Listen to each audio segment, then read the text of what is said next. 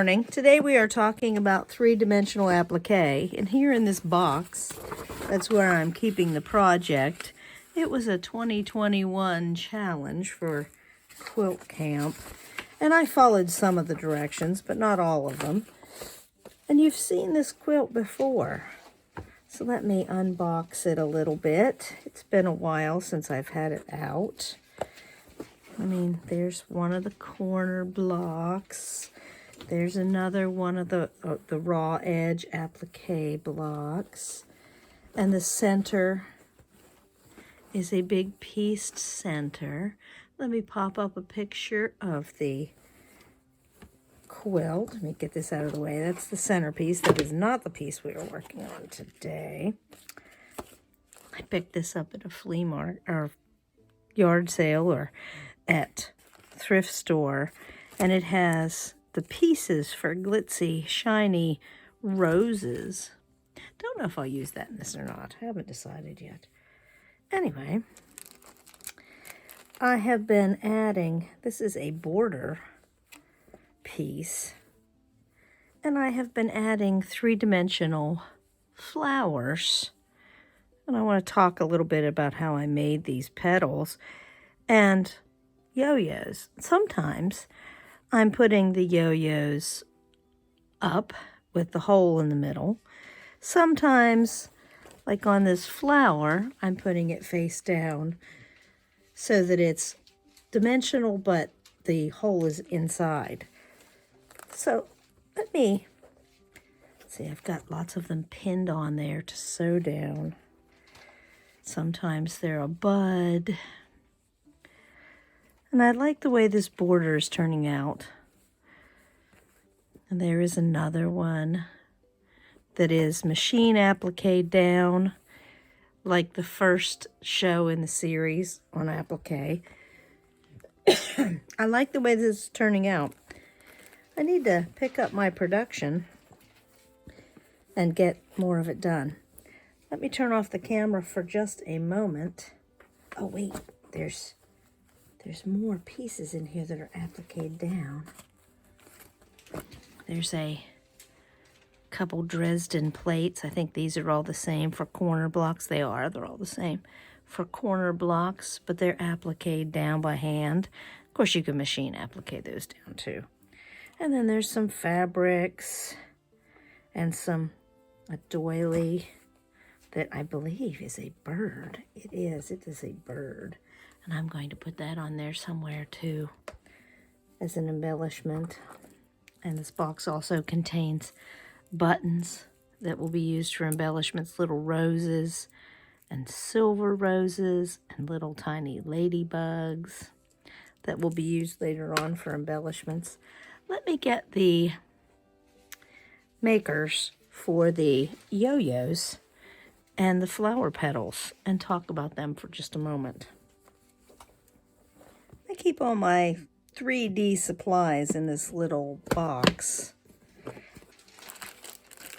I have the clover yo-yo maker. Now, if you don't want to use a yo-yo maker, that's fine. The old-fashioned way of cutting circles and making yo-yos works just as well.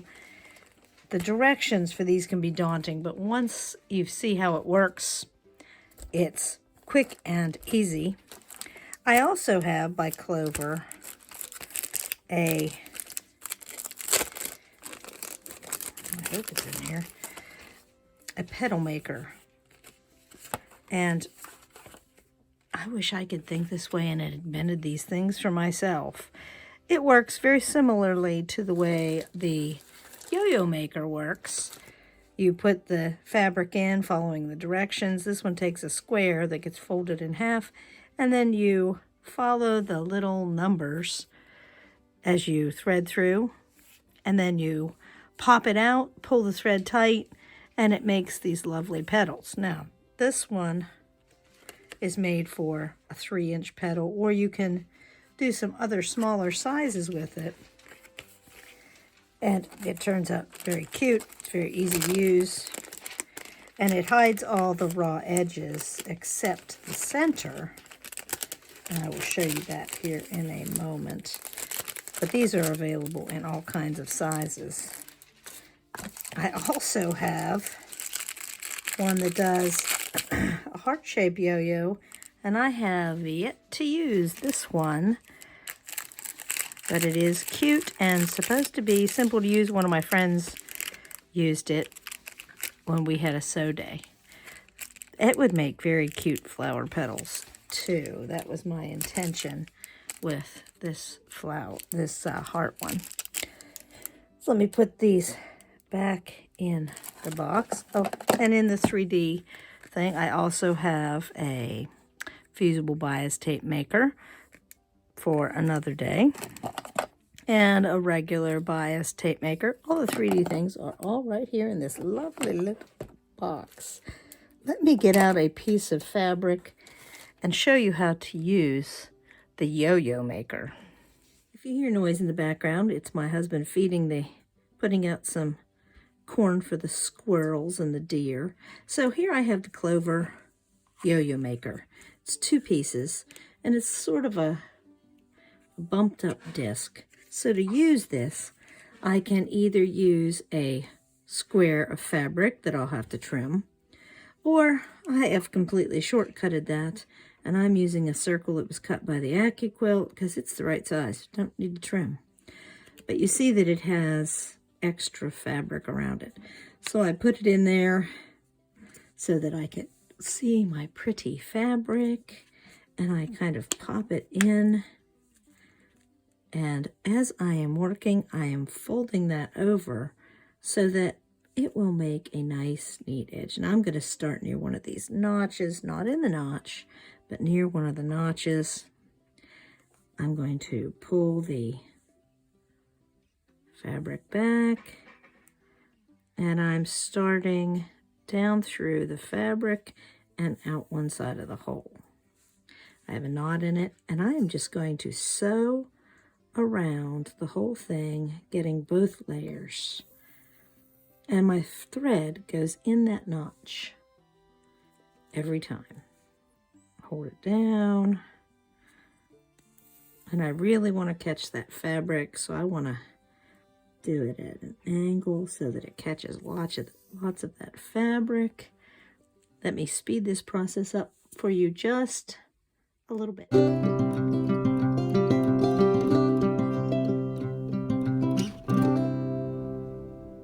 Now to get the yo-yo out of here, just give it a little push. Take the outside disc off. Your thread is still attached. You peel off the other disc. And then you take your thread and you pull it tight while giving that a little shove inward.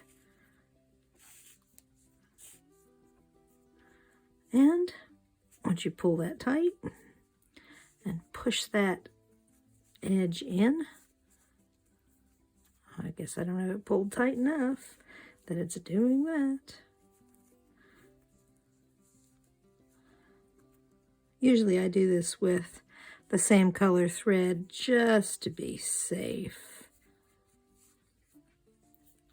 And then I do some little tying off here.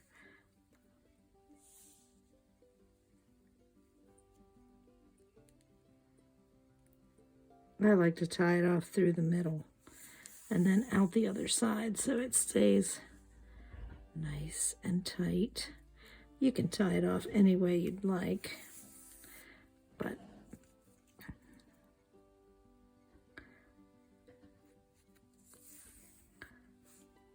loop through the loop. I like to do that twice. It makes me happy. Oop, I think I undid it. There we go, that's better. And then I pull it tight and trim it off at the knot.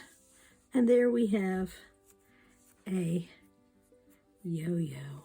Oh, and look at that, I even put the star in the middle accidentally. Must have, when I cut that, did it. Maybe I did it on purpose. Who knows? So let me show you how these are on the quilt. And I have my little bag here all ready to go. My friend, when she was looking at this, those directions look pretty daunting. There's a lot of them, and they're in 4 languages, and you can't really tell what's going on. But once you see it, like you just saw it, in use, easy, easy. Now, at one point, and I made these petals, I did 7, because odd numbers are supposed to be appealing to the eye. So there's my 7, and they are most of the way stitched. Well, they're part of the way stitched down. The thread is there, and I use the matching thread to match the applique, just like any other applique we've done. And I do some big stitching down through the middle to hold it in place, and then I have the center to go on later. So that is all there is to it. Let me show you some pictures of a finished one hanging out on the line. Today, I hope you try 3D applique. It does give it an extra pop when it's all finished, like this one. Here is one side all done and sewed down. There's the big applique. Of course, the wind picked up the instant that I brought it out here to show you.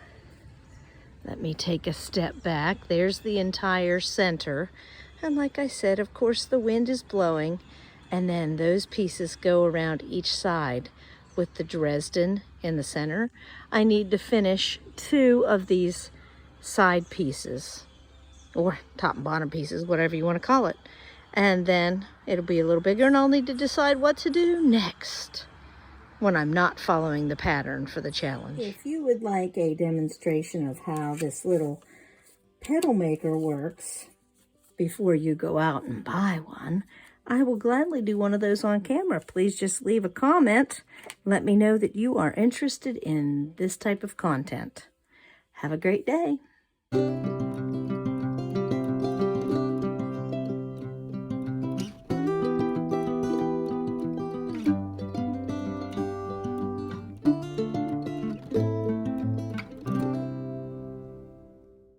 Flowers all sewn down. I'm going to add the yo-yo on top, put a pin through it, and sew around, and it will be nice and poofy 3D by the time it is all finished.